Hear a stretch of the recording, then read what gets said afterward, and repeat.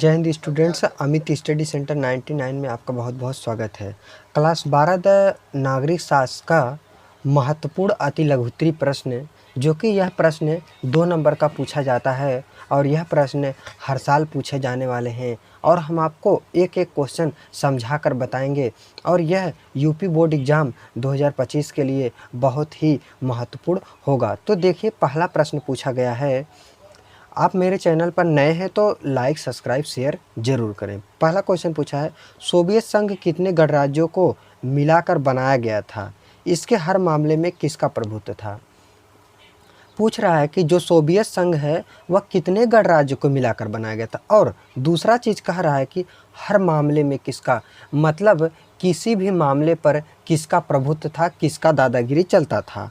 ठीक, तो सोवियत संघ 15 गणराज्यों को मिलाकर बनाया गया था। मतलब सोवियत संघ जो रूस था वह जब टूटा तो 15 गणराज्यों को मिलाकर एक बना, जिसे सोवियत संघ कहा गया। इसके हर मामले में रूस का प्रभुत्व था और इसके हर मामले में रूस का प्रभुत्व था। रूस इसमें ज़्यादा बोलता था, रूस ज़्यादा मालिक हुआ करता था। अब अगला प्रश्न देख लेते हैं। दूसरा प्रश्न, अगला प्रश्न आपका है कि यूरोपीय संघ के उन देशों के नाम बताइए जो संयुक्त राष्ट्र सुरक्षा परिषद के अस्थायी सदस्य हैं। कह रहा है यूरोपीय संघ के उन देशों के नाम बताइए जो संयुक्त राष्ट्र संघ के सुरक्षा परिषद जो है संयुक्त राष्ट्र संघ के, उसके अस्थायी सदस्य हैं। तो यूरोपीय संघ के 2 ऐसे देश हैं जो संयुक्त राष्ट्र सुरक्षा परिषद एक होता है, उसी के अस्थायी सदस्य 2 हैं। पूरा अस्थायी सदस्य कितना है?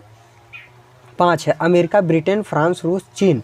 और लेकिन 2 पूछा है तो 2 है ब्रिटेन और फ्रांस। अगला क्वेश्चन है, नेपाल गणतंत्र कब बना? नेपाल 2008 में राजतंत्र को ख़त्म करने के बाद, नेपाल क्या किया, 2008 में राजतंत्र को ख़त्म कर दिया। उसके बाद क्या हुआ, गणतंत्र बना। और 2015 में नेपाल ने नया संविधान अपनाया। नेपाल ने नया संविधान जो अपनाया था, कब अपनाया था? 2015 में। और नेपाल में गणतंत्र की स्थापना कब हुई? 2008 में। और 2008 में ही राजतंत्र को ख़त्म किया गया, तुरंत उसके बाद गणतंत्र की स्थापना हुई।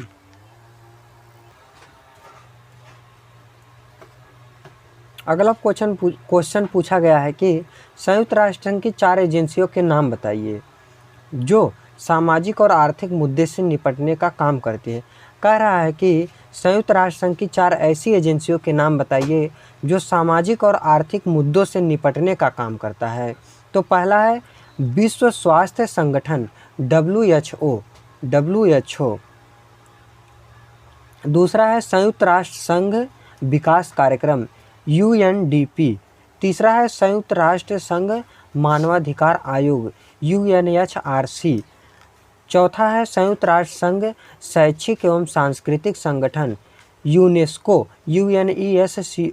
UNESCO। अगला क्वेश्चन आपका है, संयुक्त राष्ट्र संघ के प्रथम महासचिव कौन है? देखिए, संयुक्त राष्ट्र संघ के जो प्रथम महासचिव, वर्तमान महासचिव हैं, इसके बारे में हम बता चुके हैं पहले से। अगला क्वेश्चन है, 1992 का पृथ्वी सम्मेलन कहाँ आयोजित किया गया, या पृथ्वी सम्मेलन क्या है, या रियो सम्मेलन क्या है? तो 1992 ईस्वी का पृथ्वी सम्मेलन ब्राज़ील के शहर एक है रियो डी जेनेरियो में आयोजित किया गया था। पर्यावरण को विश्व राजनीति के प्रमुख मुद्दे से शामिल कराने वाले इस सम्मेलन में यह किससे था? पर्यावरण से संबंधित था और विश्व राजनीति का प्रमुख मुद्दा था। किससे? पर्यावरण से संबंधित थे।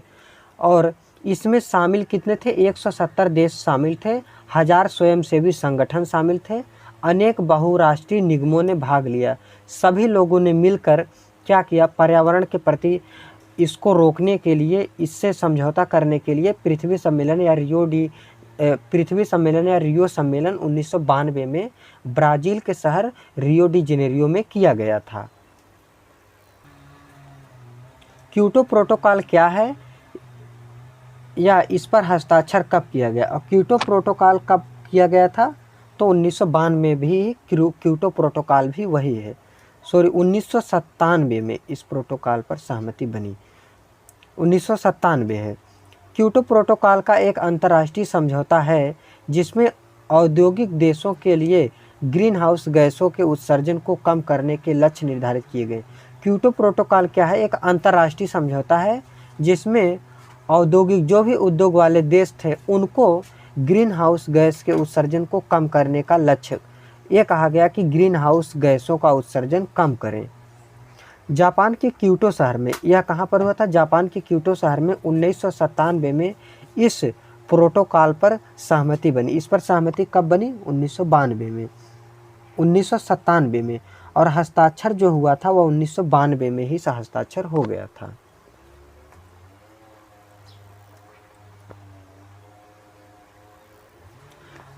अगला क्वेश्चन आपका है, भारत कब स्वतंत्र हुआ? आप अगर आप नए हैं मेरे चैनल पर, प्लीज़ लाइक सब्सक्राइब शेयर जरूर करें। जिस तरह से हम आपको एक एक क्वेश्चन समझा कर करेंगे वैसा बहुत कम लोग ही कराते हैं। इस तरह से मैं आपको प्रत्येक क्वेश्चन समझा कर और अच्छी तरह से कराऊंगा ताकि आपको एग्ज़ाम देने में याद रहे या ना रहे, लेकिन समझने के बाद आप एग्ज़ाम में लिख सकते हैं।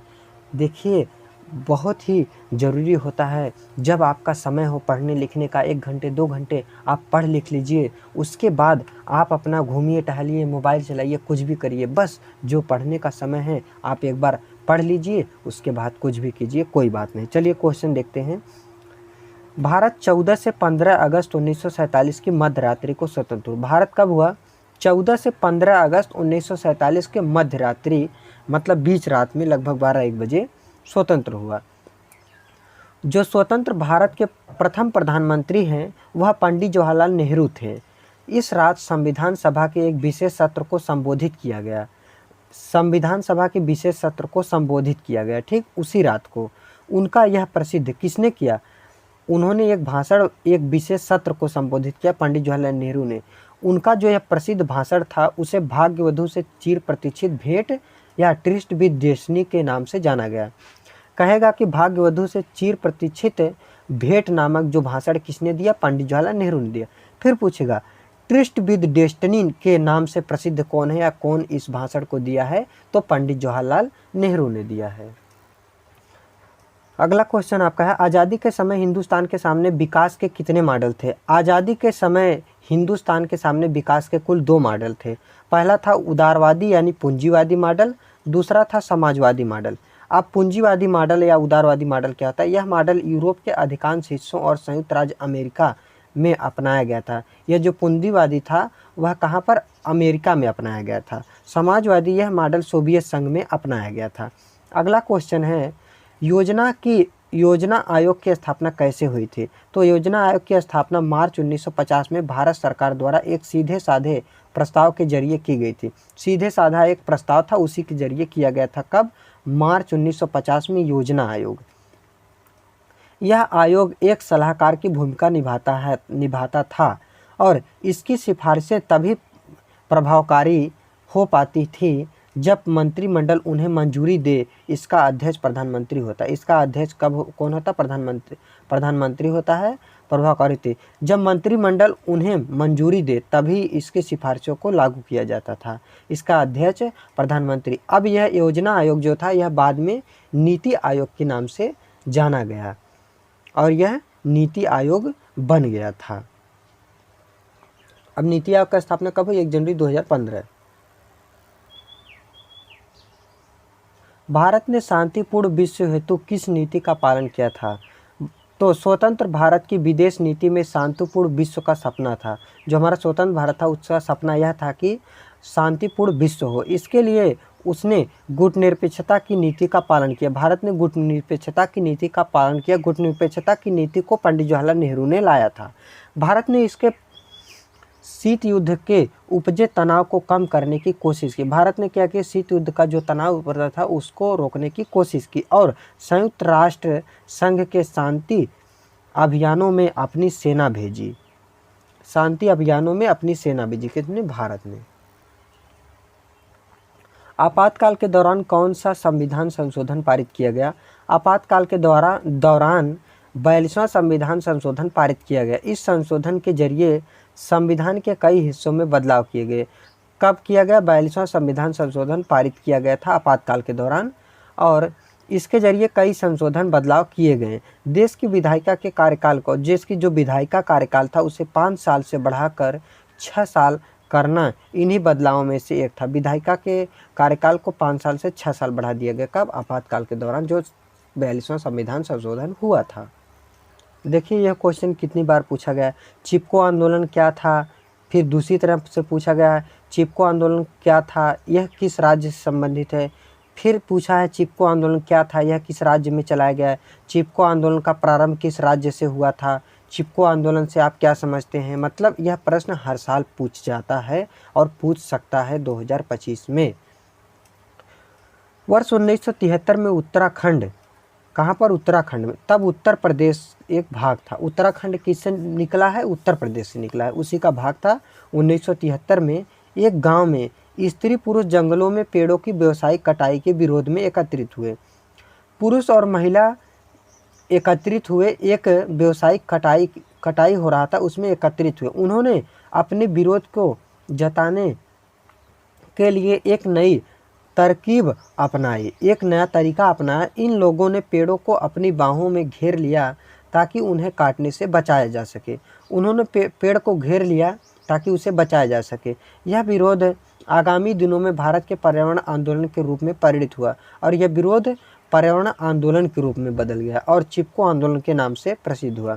देखिए कोई लोग अगर पेड़ काटने आता है, कोई कंपनी के लोग हैं, कोई व्यापारी लोग हैं जो पेड़ लोग काटते हैं, सब जो काटने वाले होते हैं, तो महिलाओं ने उनको काटने के लिए मना किया। कोई ठेकेदार था, वह ठेका दे दिया था काटने के लिए, तो उन्होंने कहा, पेड़ में चिपक गया और कहा कि पहले आप हमें काटिए, उसके बाद आप पेड़ को काटिए। यही था हमारा चिपको आंदोलन। अगला क्वेश्चन आपका है, पंजाब समझौता कब और किनके बीच हुआ था। पंजाब समझौता जुलाई 1985 में प्रधानमंत्री राजीव गांधी और अकाली दल के तत्कालीन अध्यक्ष हरिचंद सिंह लोंगोवाल के बीच हुआ था। इस समझौते को राजीव गांधी लोंगोवाल समझौते भी कहा जाता है। पंजाब समझौता कब हुआ था? तो 1985 में, जुलाई 1985 में। राजीव गांधी और अकाली दल के एक तत्कालीन अध्यक्ष थे हरचंद सिंह लोंगोवाल। इसे राजीव गांधी लोंगोवाल समझौता के नाम से भी जाना जाता है। अगला क्वेश्चन आपका इस वीडियो का लास्ट क्वेश्चन पूछा गया है। देखिए यह क्वेश्चन कितना महत्वपूर्ण है। एनडीए में सम्मिलित किन्हीं 4 दलों के नाम लिखिए। एनडीए में सम्मिलित 4 दल। एनडीए में 4 दल सम्मिलित थे। कौन थे? पहला भाजपा था यानी बीजेपी था, दूसरा अकाली दल था, तीसरा लोक जनशक्ति पार्टी एवं जनता दल था, चौथा यूनाइटेड था। एनडीए में सम्मिलित 4 दल यह हैं। देखिए आप मेरे चैनल पर हैं तो लाइक सब्सक्राइब शेयर जरूर करें। मैं आपको आर्ट साइंस और क्लास 10th का साइंस का जो भी महत्वपूर्ण क्वेश्चन होंगे मैं आपको कराऊंगा और आप अपने एग्ज़ाम में 90+ जरूर लाएंगे। देखिए किसी के कहने से 90+, 95+ नहीं आता है। जब आप जिस तरह मेहनत करते हैं उसी तरह आता है, उसी हिसाब से आपका नंबर आता है और हम आपको बोर्ड एग्ज़ाम की तैयारी करा देंगे अच्छी तरह से। बस आप हमेशा मोटिवेट रहिए, पढ़ते रहिए, जितना आपका मन करे उतने पढ़िए। देखिए सब लोग कहते हैं कि इस टाइम टेबल से उस टाइम टेबल नहीं, जो आपका मन करे, जिस तरह जब आप एक्टिव हो पढ़ने के लिए, जब आपका मन अच्छी तरह से लगे तभी आप अपना पढ़ाई कीजिए। और आप मेरे चैनल पर नए आए हैं तो मैं आपको देखिए इतना अच्छे से समझा कर बताता हूँ ताकि आप अपने एग्ज़ाम में अच्छा नंबर ला सकें। अभी मैं आपको पूरा चैप्टर वाइज कराऊंगा। इस वीडियो को देखने के लिए धन्यवाद।